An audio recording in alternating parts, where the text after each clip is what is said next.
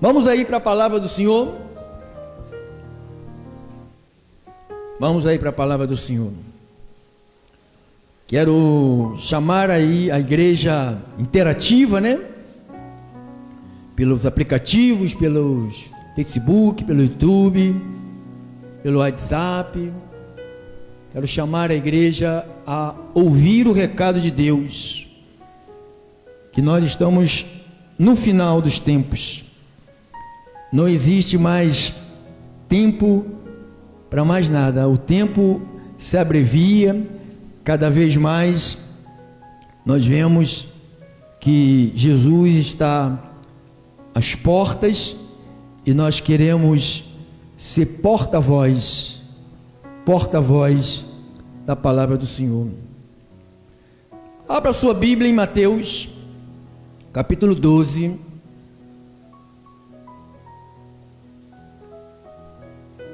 (38 ao 41). Diz assim: então, alguns escribas, quando você ouvir essa palavra, escribas e fariseus, você pode acreditar que ele está falando com religioso. Todos os religiosos da época tinham títulos de expressão, né? Ele diz assim: alguns escribas e fariseus replicaram: mestre, olha como é que eles são, olha como até as suas palavras são falsas. Eles chamavam Jesus de mestre, mas não obedeciam o que o mestre que ele chamava de mestre, eles não obedeciam. Mestre, queremos ver de tua parte algum sinal. E ele, porém, respondeu: uma geração má e adúltera, é a de hoje também, pede um sinal. Você sabe que o ímpio, eles ficam assim: cadê Deus? Cadê o sinal? Eles ficam assim. Você fala de Deus, você às vezes fica doente. Você fala de Deus, às vezes tem problema. Você fala de Deus, tem situações. Você fala de Deus, você não tem um carro do ano. Então eles ficam assim, né? Mostra aí o sinal de Deus. Aí, mas nenhum sinal lhe será dado, senão o do profeta Jonas. Porque assim como esteve Jonas 3 dias e 3 noites no ventre do grande peixe, assim o Filho do Homem estará 3 dias e 3 noites no coração da terra. Ninivitas se levantarão no juízo com esta geração e a condenarão, porque se arrependeram com a pregação de Jonas. Eis aqui está quem é maior do que Jonas. Vou ler o 41 de novo. Os ninivitas que se arrependeram se levantarão no juízo com esta geração e a condenarão, porque se arrependeram com a pregação de Jonas. Eis aqui quem é maior que Jonas. Vamos orar. Deus, te louvo, te adoro, te amo, te quero. Ah, Jesus, eu estou tão alegre, tão feliz, porque o Senhor me concedeu mais um dia de vida. Não é quando eu faço aniversário, mas é quando eu acordo, que eu tenho que comemorar mais um dia de vida, mais uma hora de vida, mais um segundo de vida. Obrigado, Senhor, e eu vou vivê-lo da melhor maneira possível, em comunhão com a igreja, em comunhão com a minha família, em comunhão com os irmãos, em comunhão com todos que querem a minha comunhão, todos que querem a destra de comunhão. Obrigado, Senhor. Usa estes minutos poderosos para ouvirmos o teu recado. Esperamos que a tua glória se manifeste poderosamente nesta casa.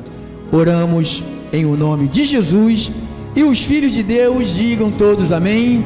Dão glórias a Deus. Glória a Deus. Obrigado, irmão. Igreja do Deus vivo, santificada, justificada, separada, glorificada, abençoada, viva, perseverante, firme e pronta. Amém. Sem arrependimento, que é o tema de hoje, né? Sem arrependimento continuaremos separados de Deus. Destaca a importância do arrependimento para a reconciliação com Ele. Se eu não me arrepender, o que é arrependimento, irmão? Põe lá. Porque às vezes a gente não escuta, ou escuta e finge, ou esquece que escutamos. Mudança de atitude, mudança de direção, mudar de pensamento. Sinônimos: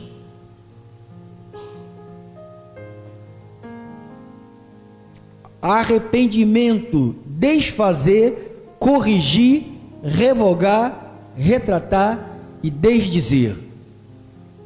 Arrependimento, mudança de mente, mudança de pensamento, mudança de palavra, mudança de direção. Jesus veio à nossa vida para mudar a nossa direção. Então, sem arrependimento continuaremos separados de Deus. A importância do arrependimento para a reconciliação com Ele, ou seja, é o arrependimento que me faz me reconciliar com Deus. Sem arrependimento, a separação espiritual permanece.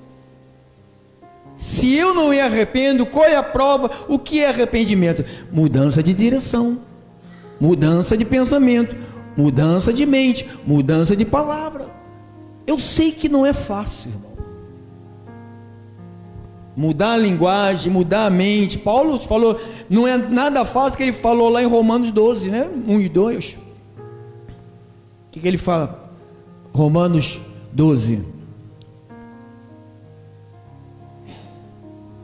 Rogo, pois, irmãos, pelas misericórdias de Deus, que apresentei o vosso corpo como sacrifício vivo, santo e agradável a Deus, que é o vosso culto racional.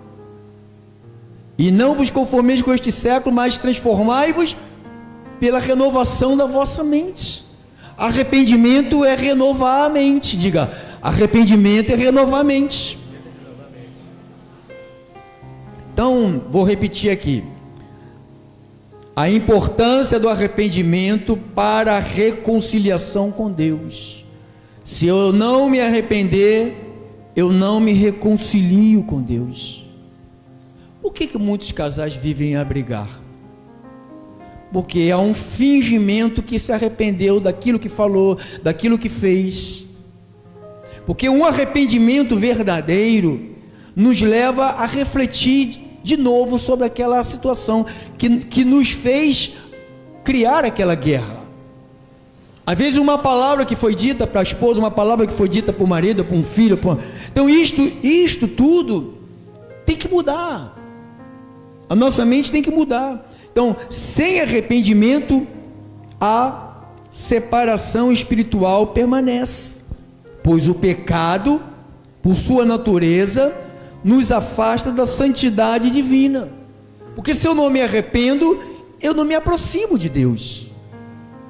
Eu preciso de um arrependimento profundo. Por que muita gente não manda muitos pedidos de oração para os outros? Certo que a gente tem que orar uns pelos outros. Às vezes as pessoas estão cansadas, estão fraquinhas, né? Se enfraquecem. Não deveríamos. Mas por quê? Porque as pessoas, elas erram com o pai e elas acham que o pai é um ser humano que guarda raiva, né? a gente tem a imagem de Deus como se fosse gente. A mão de Deus, lado direito de Deus, os pés de Deus. Então a gente começa a humanizar Deus, achar que Deus, de tão nós humanizarmos, acharmos que Ele pensa como nós pensamos. Uma vez perdoado por Deus, você está perdoado por Deus.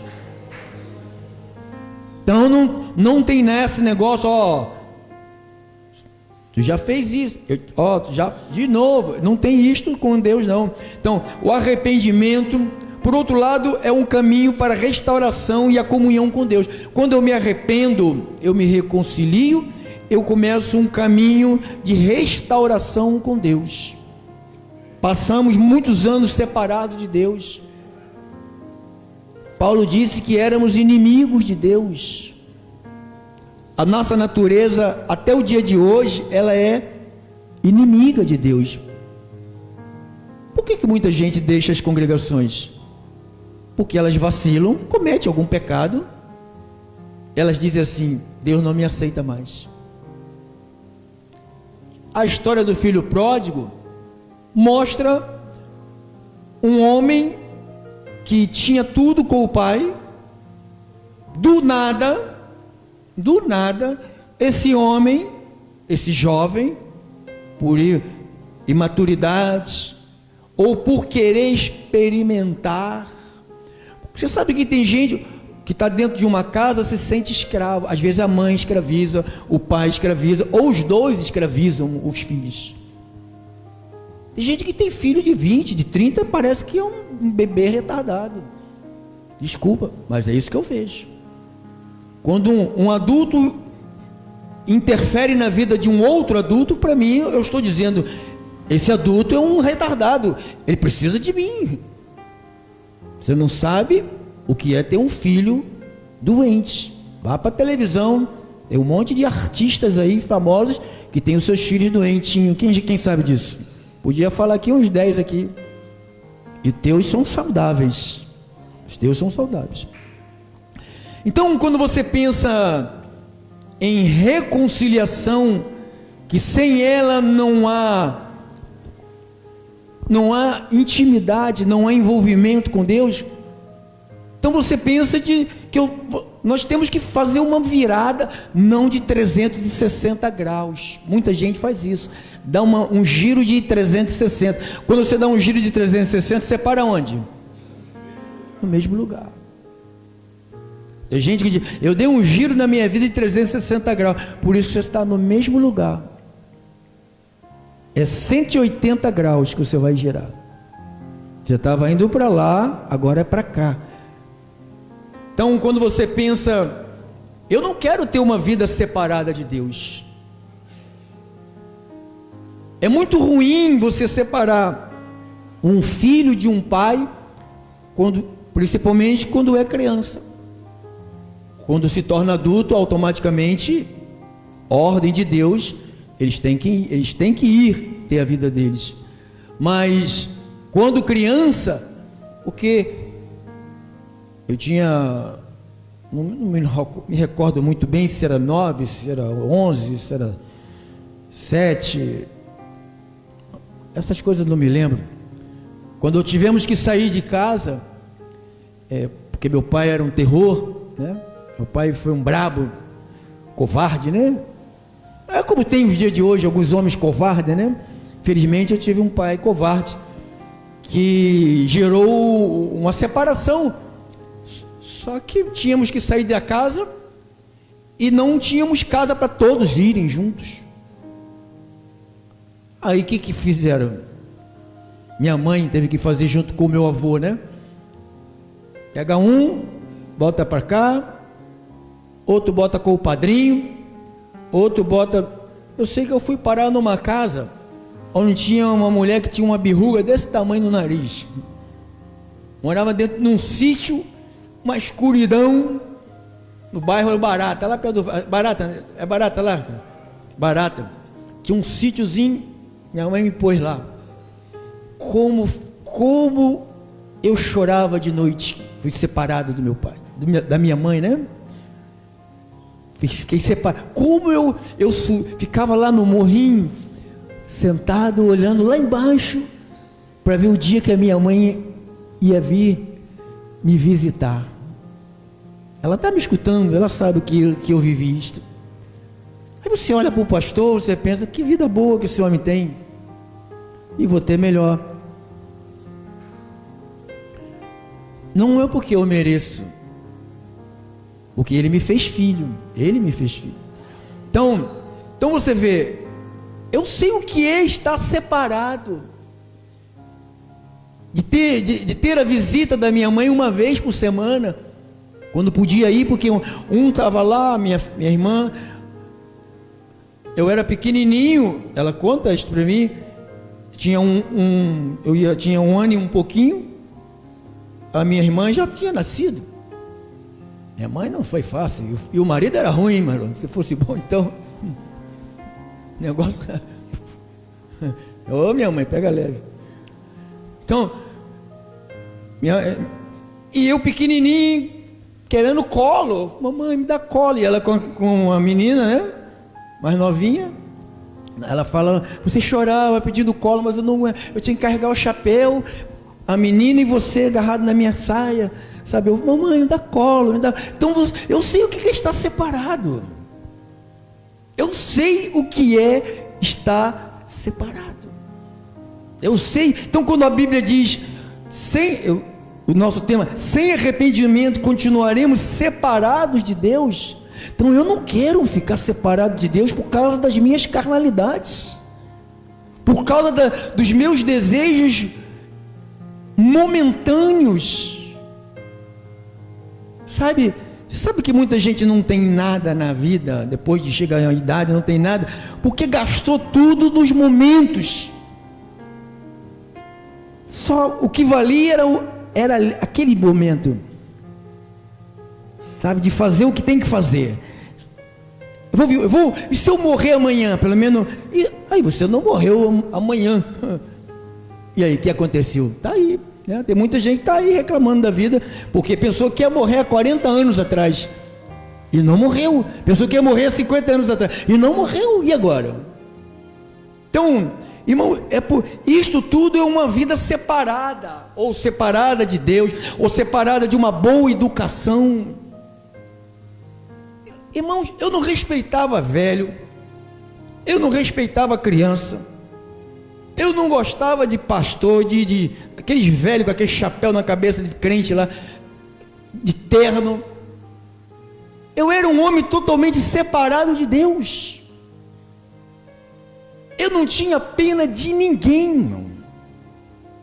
Eu já vi gente estribuchar na minha frente, vi barriga aberta com tripa para fora, corte no pescoço, espichando sangue, vi olhos esbugalhados para fora, vi gente se atirar, morrer na minha frente.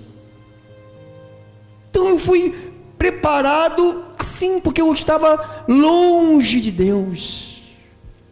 A minha vida era uma vida de distanciamento. Cada vez eu me distanciava. Os pais têm uma responsabilidade de fazer com que os filhos tenham uma sensibilidade de quem é Deus, porque a maioria dos filhos tem a imagem de Deus pelos seus pais.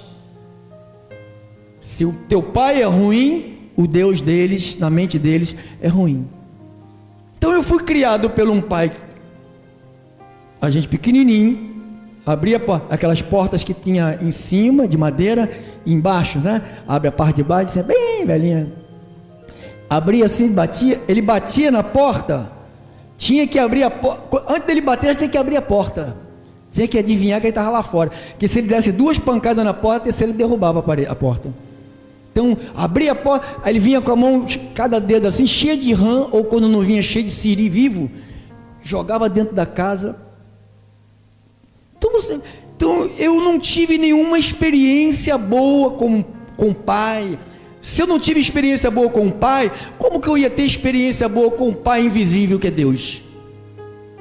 Então eu era do jeito que eu era por criação, e mergulhei nas drogas, mergulhei na vida estranhíssima. Mas Deus, tem aquela música do Rebanhão, Quando Deus entrou no meu deserto e mudou o meu coração. Quando Ele me chamou, quando Ele me reconheceu, quando eu ouvi falar pela primeira vez que existia um Pai espiritual, o meu coração se alegrou. Eu falei, eu não tive um pai na terra bom, mas o Senhor levantou um homem aí para me instruir, para me dar uma luz, para me dar um lume na minha vida, para me dar uma direção através da Bíblia. Então, irmãos, essa falta de arrependimento que nos separa de Deus. Então eu não quero que você, ninguém aqui fique separado de Deus. O que é estar junto e o que é estar separado? A separação, natureza do pecado. Quando eu vivo na natureza do pecado, fazendo o que ela quer, eu me sinto separado de Deus. Parece quem vive assim, parece e pensa assim, Deus não existe. Tanto que não existe que eu estou fazendo o que eu estou fazendo e nada está me acontecendo. Nós estamos na graça. Porque na lei, fazia uma coisa, fogo caía, matava. Fazia uma coisa, a terra abria e engolia. Falava um negócio, lepra, ficava surdo, ficava mudo. No tempo da graça, a paciência e a longanimidade de Deus. Então ele vai deixando, mas essa natureza do pecado, o pecado em sua essência é uma transgressão da lei de Deus. Portanto, cria uma barreira entre a humanidade e o seu Criador. Então, quando eu vivo no pecado, não é que Deus se afastou de mim, foi eu que estou entrando numa escuridão. Deus é escuridão, Deus é luz. Então eu entro na escuridão e parece que eu estou me separando de Deus, mas que Deus está se separando de mim, mas na realidade sou eu que estou me afastando, porque eu estou querendo viver de novo na prática do pecado. Consequências da separação. Essa separação resulta em alienação espiritual. A pessoa se torna um incrédulo. Eu soube aí que um pastor aí passou por aqui, virou pai de santo. Eu soube. Ele falou, virou pai de santo, passou por aqui. Então você vê, olha a profundidade das trevas quando se apodera da vida de uma pessoa, ou sei lá, de repente sempre foi das trevas, só se fingia de ser da luz, né? Como a palavra de Deus diz, não é de se admirar que o próprio Satanás, ele se transfigura em luz. Então, há uma consequência da separação. Essa separação resulta em alienação espiritual. Não quer saber mais? Deus não existe. Eu tenho 2 irmãos, Etervaldo e Jorge. Quando era de uma igreja aí, pequenininho, falava em línguas, chorava, profetizava, dizia que era profeta. O outro virou obreiro da igreja, dormia na igreja, saiu da casa da mãe dele, da nossa casa, a gente morava junto, foi morar dentro de uma igreja, achando que morar dentro de uma igreja, ele estava próximo de Deus. Ele não sabia que dentro da igreja, o Satanás também roda lá dentro. Estava lá. Aí, esse que morou dentro da igreja, lá tinha outros que moravam lá também, que eram obreiros, que o pastor exigia que tivesse obreiro para ficar dentro da igreja, que fossem jumentos, não estudassem. Os filhos dele estudaram todos nos Estados Unidos, se formaram todos lá. Falecido Cecílio, da Casa da Bênção. Nenhum deles estudou aqui no Brasil, todos estudaram lá fora. E os daqui, os Zé Burrões, os burrões da vida, né? se enfiavam achando que dormir na igreja, ficar na igreja de manhã, de tarde, de noite, abre a igreja, fica aqui, sabe, não vem ninguém, fica aqui, fazendo o que aqui, irmão? Vai trabalhar, vai produzir, vai visitar, vai amar, vai arrumar amizade, vai crescer, vai doar, vai se doar. As pessoas pensam que está nos cultos, todos os cultos, parece que está doente. Você sabe que as igrejas têm culto todos os dias, acha que isto é arrependimento. Não, a igreja tem que estar ocupada. É culto segunda, é culto terça, é culto quarta, é culto quinta, é culto sexta, é culto sábado, é culto domingo, é live do pastor segunda, terça, é tudo. Cara, você tem que viver. Vai passear com a tua esposa, vai passear com o teu marido, vai levar teus filhos para brincar um pouquinho. A pessoa trabalha de segunda a sexta. Como que eu, como um pastor, eu vou exigir que alguém viva socado aqui dentro? Não posso. Não, se ele não ficar socado, porque ele não se arrependeu do pecado, está no pecado, não está vivendo. E qual é o problema de você pegar um domingo, passear com a tua família? Pastor, não posso. Não pode você fazer do domingo, todo domingo você não tem mais compromisso de estar conosco. Olha como é que a igreja é leve. Jesus falou que o meu fardo é suave. Então, já falamos aqui a parábola do filho pródigo, né? Que ilustra bem a separação, um filho ao se afastar do pai. O que aconteceu com esse filho? Experimentou uma vida dolorosa. Então, eu espero que todos, inclusive meus 2 irmãos, eu falo sempre com a minha mãe, se eles forem escolhidos de Deus, Deus vai trazê-los. Se não for, dentro do seu ventre saiu 2 para perdição e 2 para salvação. Pronto, acabou. Porque dentro de um ventre pode ter ou não pode ter, irmão? Claro que pode.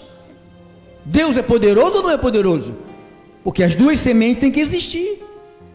Então eu sempre falo com ela, se eles forem de Deus, Deus traz.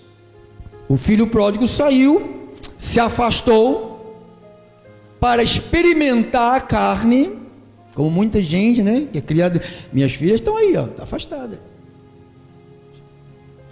A vida prospera é um 10 para frente e 50 para trás.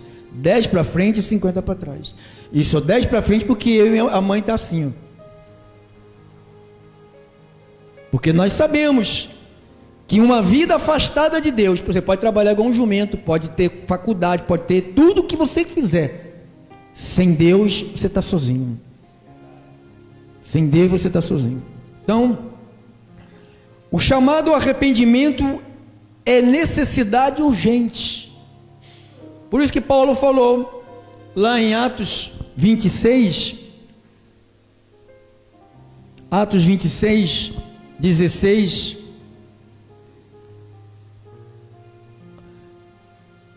mas levanta, ao 20, levanta, afirma-te sobre os teus pés, porque por isso te apareci, para te constituir ministro e testemunha, tanto das coisas que me viste, como daquelas pelas quais te aparecerei. Então você vê Paulo conversando com Deus, com Cristo. Eu vou te aparecer. Cristo está falando, eu vou te aparecer de novo. Meu irmão. Livrando-te do povo dos gentios, para os quais eu te envio, para lhe abrires os olhos e os converteres das trevas para a luz, da potestade de Satanás para Deus. Olha a mudança como acontece.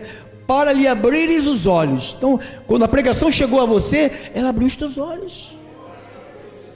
Não podemos mais brincar com o pecado. Irmão, se somos filhos, pastor, mas fulano de tal desviou já tem 3 anos, 4 anos, 5 anos, nada. Quer que eu te mostre na Bíblia porque nada? Ou você já sabe? Se sois, fala, bastardo. Então, se sois bastardo, então Deus não trata com bastardo. O que é um bastardo? Não é filho legítimo, é um bastardo. Então, se não é filho, Deus não trata. Deus trata com os filhos. Não sou eu quem diz, tá? É a palavra quem diz. Lhe abriram os olhos e converterem das trevas para a luz, abrir os olhos e converterem da onde? Das trevas para... Eu tenho que saber que a vida que eu vivia era uma vida de trevas, eu não posso mais, não é, irmão? Não podemos mais. Agora para luz, olha lá, a pregação é tão poderosa, que te arranca das trevas e te leva para a luz. Não precisa de remédio, não precisa de antidepressivo, não precisa de calmante, de xarope, não precisa de chazinho, de cheirar uma fumacinha, não precisa. A pregação, converteres das trevas para a luz, da potestade, do poder de Satanás para o poder da onde? Cara, agora eu sei quem verdadeiramente é poderoso. Poderoso é Deus. Diga, poderoso é Deus. Poderoso é Deus. A fim de que recebam eles remissão de pecados e herança entre os que são santificados pela fé em mim.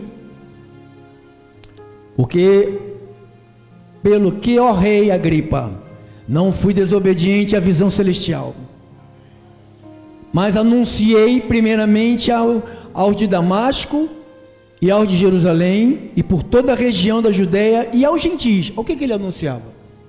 Vamos ver se é isso que os apóstolos, os bispos, os profetas de hoje anunciam. O que eles anunciavam? O que Paulo anunciava? Que se arrependessem.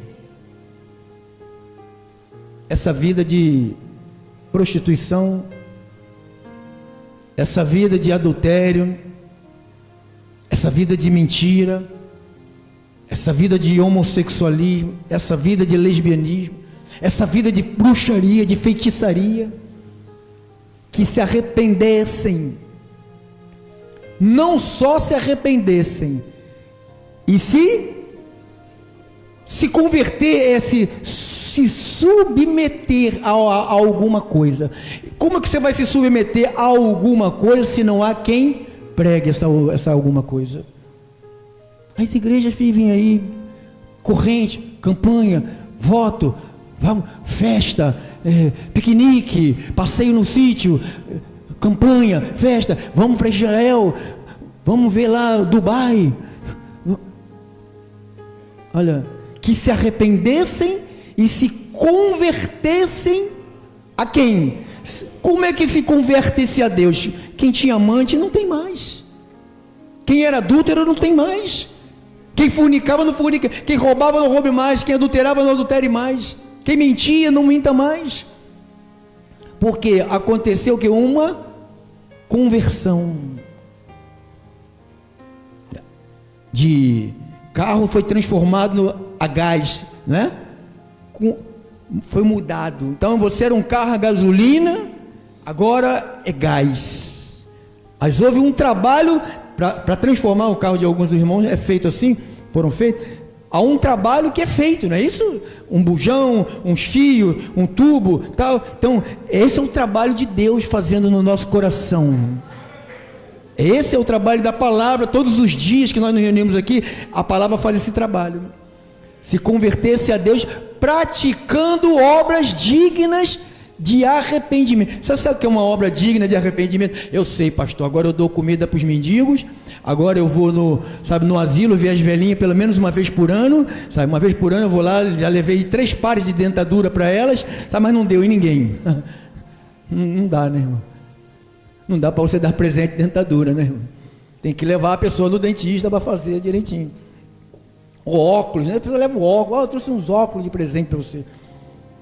Então aqui, ó, se arrepender-se e converter-se a Deus, praticando obras dignas de arrependimento. O que é uma obra digna? Pessoas pensam que é fazer esmola, que é só isso que é obra digna de arrependimento. Era um miserável, um pão duro, agora dá esmola. Obra digna de arrependimento, quando você tratava mal os filhos, agora você trata bem. Quando você tratava mal a tua mulher, agora você trata bem. Você tratava mal o teu marido, agora você trata bem. Você falava mal de Deus e do mundo, agora você fala bem de Deus e do mundo. Então isso são obras dignas de quem se arrependeu E sem esse arrependimento, que é mudança, que é uma metanoia, é separado. Toma aí, ora lá, sabe? Vamos lá orar. Não, Deus não me ouve. Deus ouve o Senhor, porque o Senhor é assim. Não, a Bíblia diz que quem se une ao Senhor é um espírito com Ele. Não é o pastor, diga, eu estou unido com o Senhor. Aqui, ó. É dois, mas não é dois assim não, ó. É dois assim, ó. Vê se você consegue ver o outro aqui atrás. Não vê. Quem olha para você não te vê, vê Deus na sua vida. Quem te ataca não te ataca. Deus está sempre aqui, ó. Você está assim não, você está assim, ó. Amém? Irmãos, podíamos ficar aqui a tarde toda, mas praticando obras dignas.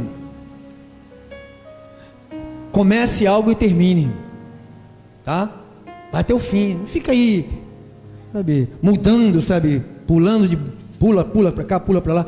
Comece e termine. Assuma ministério e termine. Vá até o fim, sabe? Seja firme, seja prudente. Seja aquele prudente construtor. Além de você estar construindo a sua vida, você está ajudando a construir vidas. Quando tu é volátil, estável, sabe? Um pai volátil, um pai estável, desestrutura toda a família. Espero que essa palavra nos gere muito temor e temor para o nosso coração. O poder do perdão, Deus em sua graça perdoa os pecados daqueles que se arrependem e se voltam para Ele. A reconciliação com Deus traz paz, alegria e restauração espiritual. Amém?